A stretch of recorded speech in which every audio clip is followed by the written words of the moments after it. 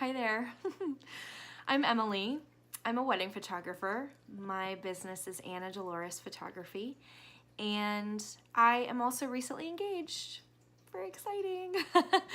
And I got this idea to maybe do a video series about being a wedding photographer who's planning her own wedding. Um, I have a feeling that it's sort of a unique perspective and might be interesting for some people to see that process. So here goes. Here goes nothing.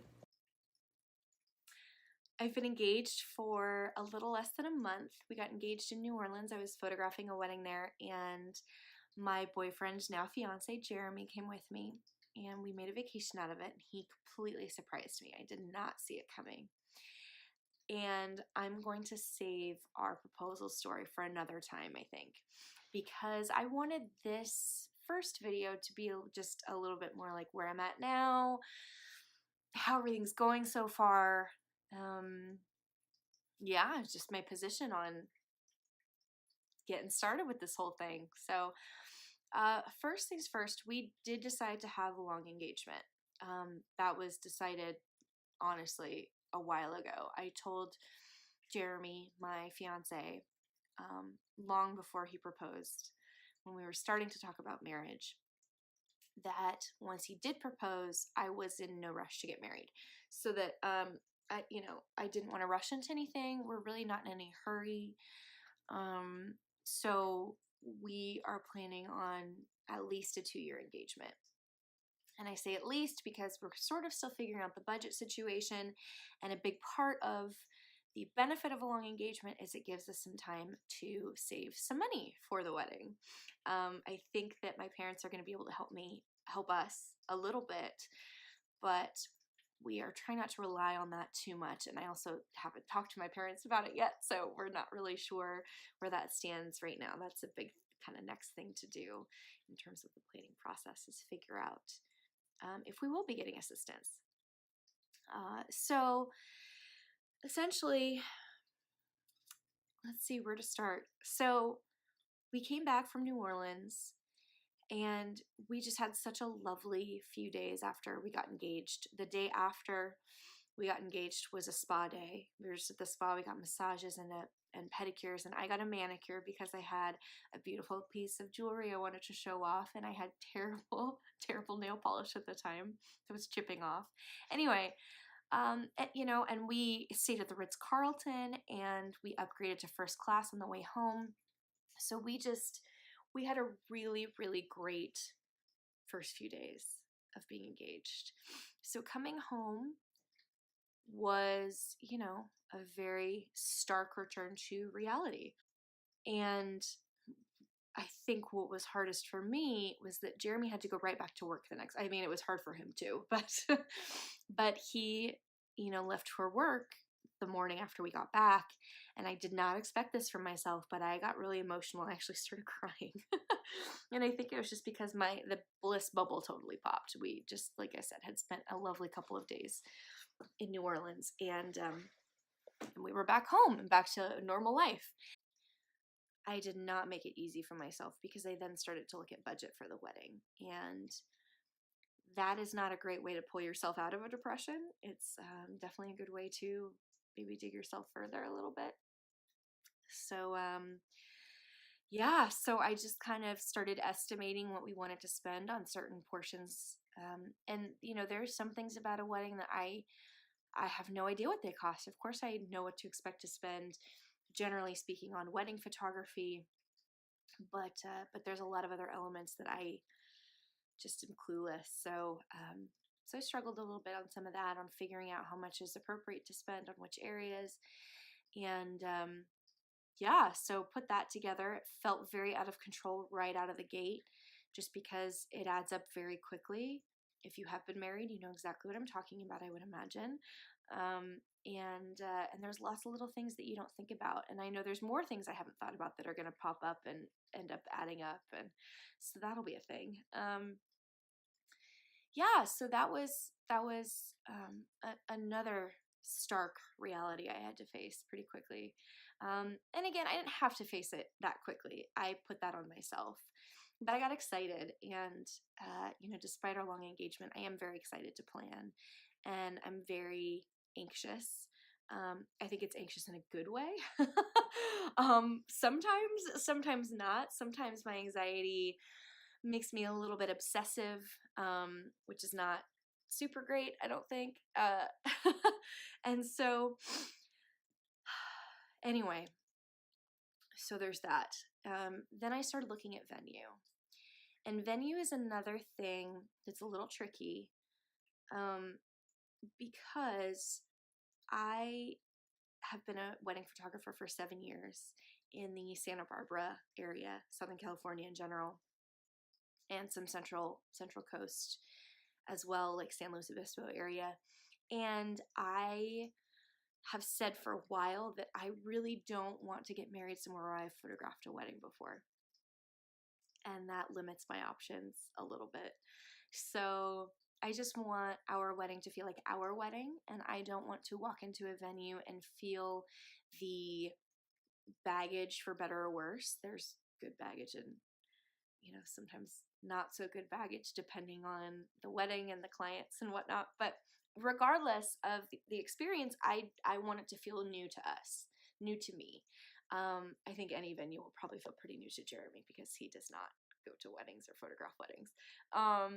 But that was just something that felt right for my own personal needs as far as the venue is concerned, that I wanted it to be somewhere where we could kind of feel fresh there.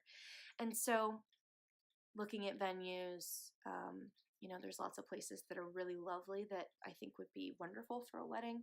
And with a few exceptions, I'm really trying to limit it to places that I haven't photographed before, that I haven't worked.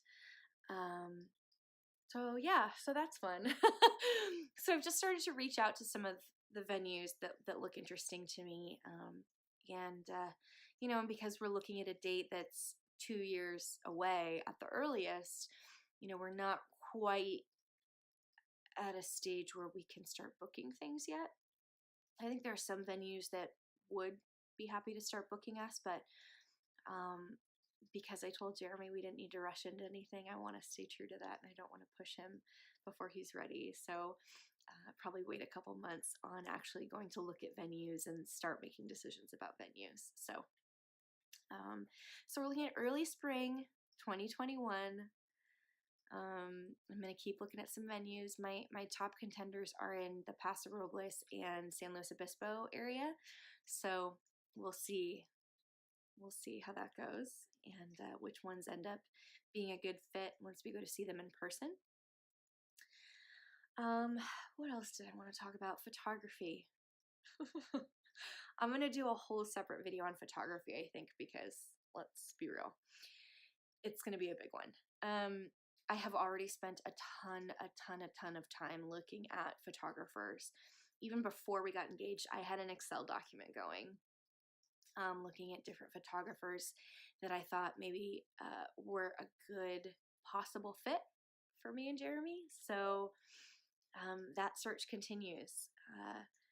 I have reached out to some of my favorites to request pricing and package information, and just to kind of let them know, like, hey, this is kind of the time frame we're thinking of, and this is the area we're thinking of. Not all of the candidates that I'm looking at are in California, so making sure that they're okay with traveling and would be willing to come out that time of year.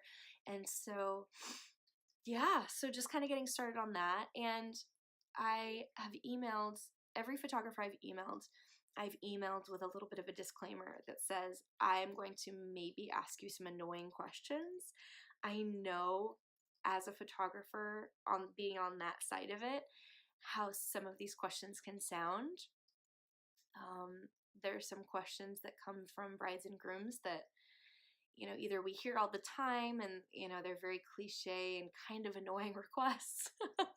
And I am being that bride right now. I'm, asking really specific, kind of annoying questions, but I'm trying to let these photographers know that I'm really just doing it on the front end, on the decision making end, and that once we decide on a photographer and hire someone, I'm going to give them the space and leave them alone, basically, to do their best work. I just have lots of questions because I know what it's like on the other side, so I'm being very picky and very specific. And to all of those photographers that I've reached out to and asked those questions, thank you for your patience and thank you for understanding. And please know that I know what I sound like. I know that I'm gonna sound like a difficult client, but I know that whoever we decide to hire, you know, I'm gonna I'm gonna hire you because I trust you and I trust you to do what you do. So yes, so once that happens, I will do my best to not be a pain in the butt. And same kind of thing with venue. We can't really make a move just yet on photography. Most photographers are not booking for 2021 yet, which is totally fine. And really we need a date and a venue before we can do anything with booking any other vendors anyway. So the next stage would really be, of course, to book a venue and, of course, decide on a date. And from there, I want to maybe do a Skype call with the photographers that we are most interested in, because big piece of wedding photographer advice, you spend more time with your photographer on your wedding day than almost any other vendor, and maybe even more than your spouse to be. So personality wise, you should absolutely find somebody who you get along with and who makes you feel comfortable. So that's pretty important. And I want Jeremy to feel comfortable. And so, I've asked a lot of photographers. That's my other piece of wedding planning advice. When you're looking at photography, is to ask for full galleries, because looking at photographers' websites and social media and blog posts is not the full picture. Those are our highlight reels as photographers. That's where we're posting our very best work. So you want to ask to see full start to finish wedding galleries from photographers you're considering, because then you can see the full range of everything they do during a wedding day, how they photograph each stage of the wedding day, how they deal with different lighting conditions, etc. Just so you have the most accurate perspective on what to expect. So that's the stage I'm in now. The next stage is talking to them on Skype and making sure we're a good personality fit, and then hopefully make some decisions after that. I'm hoping, I have a few photographers that I really like right now, and I'm hoping that once we have a chance to chat with them, that will make the decision easier. Because if I had to make a decision right now just based on galleries and emails back and forth, I don't know that I could confidently make a final decision.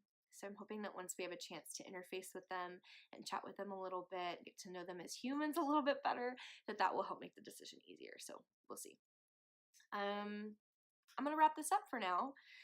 Thank you guys for listening to me. Hopefully I didn't ramble too much, and hopefully this is a topic that some people will find interesting. I'm just going to take you on this wedding planning journey with me, and from this kind of weird, unique, challenging, exciting perspective of being a wedding professional planning her own wedding. See you guys next time.